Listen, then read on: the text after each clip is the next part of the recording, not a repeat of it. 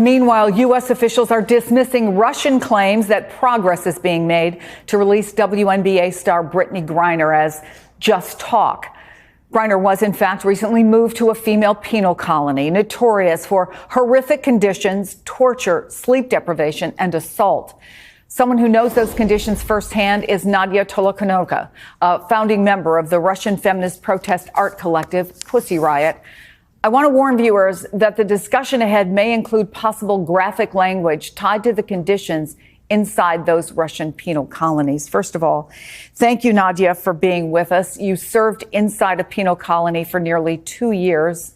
Brittney Griner just started serving a 9-year sentence. Based on your personal knowledge, what worries you most for her? I'm terrified that Brittney Griner was moved to IK-2. It's one of the harshest colonies. It is literally the harshest colony in the whole Russian prison system. I was protesting terrible conditions in my penal colony, but I know every single chief official who works at IK-2, and I know exactly what human rights abuses do they perform on a daily basis and kind of tortures that they use against prisoners. Well, prisoners in that IK-2 works in slave-like conditions. They're forced to work up to 17 hours a day with no days off and with no vacation, needless to say. And if you do not perform the quota, then you're going to be punished. That includes torture, and that includes daily torture.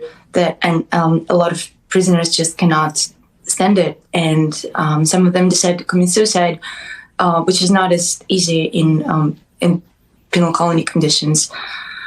Medical help is practically non-existent, and if, let's say, you're being tortured and go to a prison doctor to document the fact that you've been tortured, obviously they do not see anything, and they do not see any witnesses of your torture.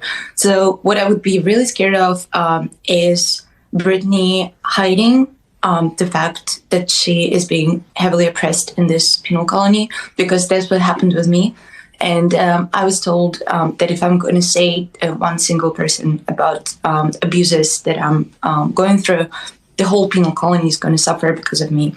And I didn't open my mouth for a year, and I was working in these terrible slave-like conditions, getting injured for a year before I started, and then I started my hunger strike that actually brought a few high position chief officers from Mordovia to trials, and some of them are convicted right now because of my fight.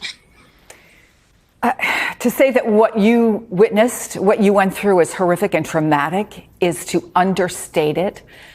How did you find strength when all of that darkness was surrounding you? And if you could, what would you tell Brittney Griner? I don't even know how you begin to think about survival. Is it minute to minute, day to day? Pretty much minute to minute, because you never know when you're going to get attacked. And I also was subject to physical attacks. I was just thrown to places, just like a sack of potatoes, without them asking me if I want to go places. They dragged me by my hair. So what gives me hope is that normally prisoners who have some media attention, they're not getting tortured. So I wasn't physically tortured. They used physical force against me, but just to move me places. But they didn't beat me. They didn't rape me. And unfortunately, rapes are happening in IK-2 as well. And I've heard of an instance of few prisoners trying to run away from this colony because they just couldn't handle it anymore, being raped on a daily basis. But they were found and brought back to even more torture. So what gave me strength is understanding that it's going to finish at some point.